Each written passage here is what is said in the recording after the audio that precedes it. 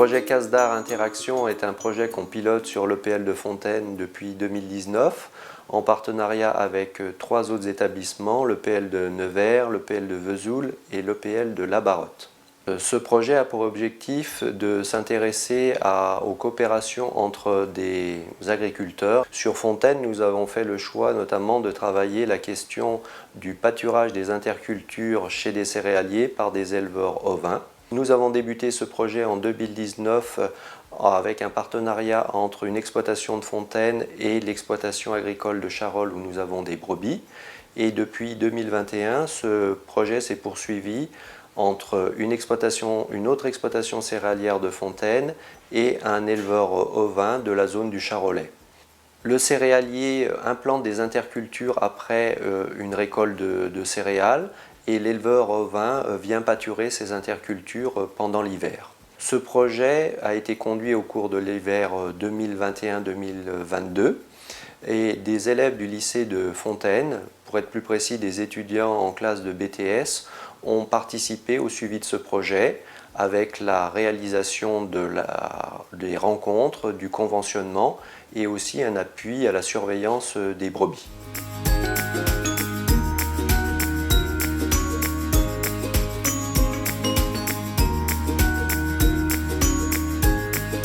Sur l'exploitation, réglementairement, nous sommes obligés, pour répondre aux exigences de la politique agricole commune, de semer des couverts végétaux. Alors avant, on les détruisait soit par broyage ou par l'herbicide glyphosate. Aujourd'hui, je pense qu'il est plus utile de les faire pâturer par des moutons. L'intérêt, c'est justement d'utiliser cette production végétale pour nourrir les moutons. Au moins, ça a un sens d'utilité. On avait déjà fait des échanges, des essais avec le lycée agricole avec des couverts mais récoltés. Et ce qui ne me plaisait pas dans les couverts récoltés, c'est que ça exportait beaucoup de matière. Et sur mon exploitation, j'ai un gros problème de matière organique et on a des terrains sur Fontaine à gros problème de phosphore. Ça ne m'avait pas tellement plu de faire ça. Et l'expression, Jérôme me l'avait dit, que le mouton coupe devant et recrache derrière. Donc ça m'avait un peu plu. J'ai dit pourquoi pas, on va essayer.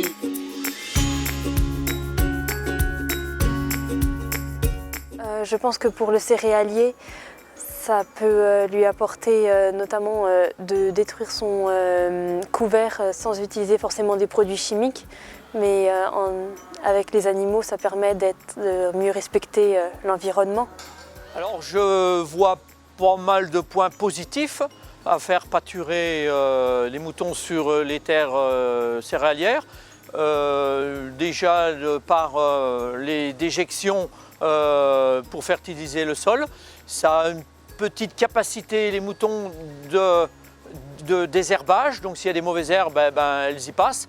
Que ça soit brouté par les moutons ou moi je le détruis, les seules choses que je vois, c'est que les moutons me font gagner du temps parce que c'est toujours 3-4 heures de moins à détruire des couverts. Ils le font pour moi, quoi.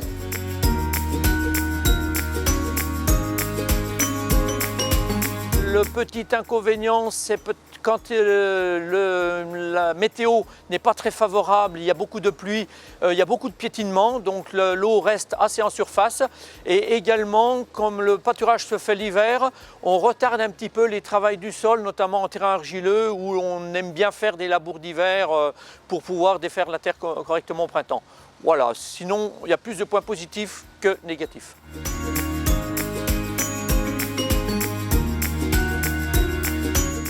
Je me garde sous le coude, je dis je ne dois pas utiliser le glyphosate, mais je garde sous le coude peut-être qu'au moment du désherbage de maïs, si on a vraiment un problème qu'on ne l'a pas réglé avec le travail du sol mécanique, de donner effectivement de mettre 2 litres de glyphosate. Mais pour l'instant, au moins ce problème il est repoussé. Il n'a pas été fait à l'automne. Voilà.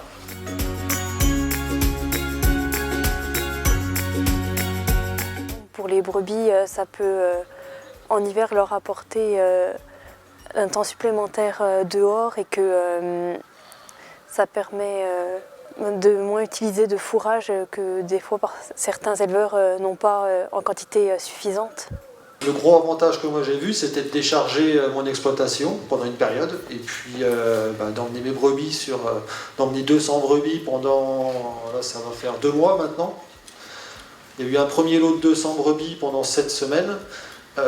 Du coup, là-bas, le gros intérêt, il est très très facile. Hein. C'est juste qu'on nourrit pas 200 brebis pendant 7 semaines. Et donc là, il y a la ressource fourragère. Derrière, comme on est sur des prairies permanentes dans le Charolais, on a la grosse problématique de parasitisme. Là, dès qu'on passe sur des parcelles du coup, de céréales qui n'ont pas vu d'animaux depuis plusieurs décennies, au niveau parasites, on est à peu près tranquille quand même. Et ça, c'est un enjeu très important dans nos élevages, hein, où on essaye de faire un maximum de pâturage de nos prairies, mais on arrive à un petit peu limiter au niveau des produits pour déparasiter nos brebis, donc ça c'est hyper important. Et après, il y avait le côté humain, effectivement, enfin, de venir échanger avec des céréaliers d'une autre zone, de faire connaissance, de remettre des brebis à Fontaine, enfin voilà, je trouvais ça sympa.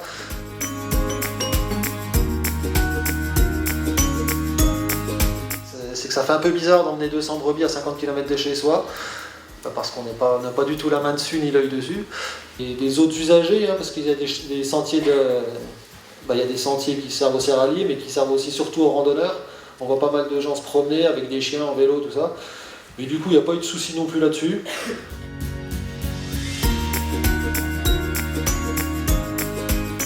Il y a l'avantage dans ce schéma, c'est que c'est fait en collaboration avec le lycée, et du coup, ce sont les élèves de BTS qui surveillent les brebis.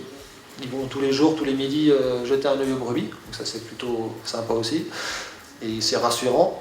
Et puis après, moi c'était ma principale inquiétude, hein, c'était la surveillance des animaux. Là pour le moment, après les 2 mois d'essai, moi je suis quand même bien satisfait.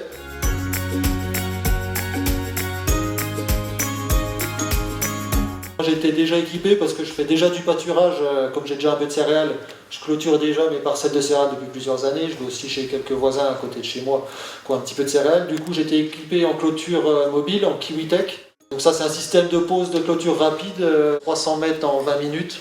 En 300 mètres j'ai posé les 3 fils en 20 minutes. Là, la première parcelle de 8 hectares et demi que j'avais à clôturer, ça fait 1500 mètres, en 3 fils j'ai mis 2h30.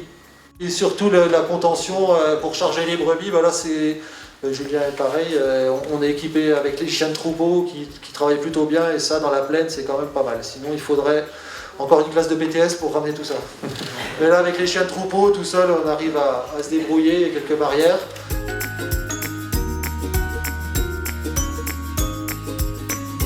Je pense redévelopper tous les ans ce partenariat. L'avantage de ce partenariat, c'est que chacun des 2 participants est dans ses responsabilités. Le céréalier cultive le sol et sème les graines et met à disposition bien sûr le foncier. Et l'éleveur de son côté, lui, achète la semence et s'occupe de la clôture et de la surveillance. Donc c'est totalement, chacun est dans ses responsabilités, et surtout ce qui est intéressant dans ce partenariat, c'est qu'il n'y a pas du tout d'échange d'argent.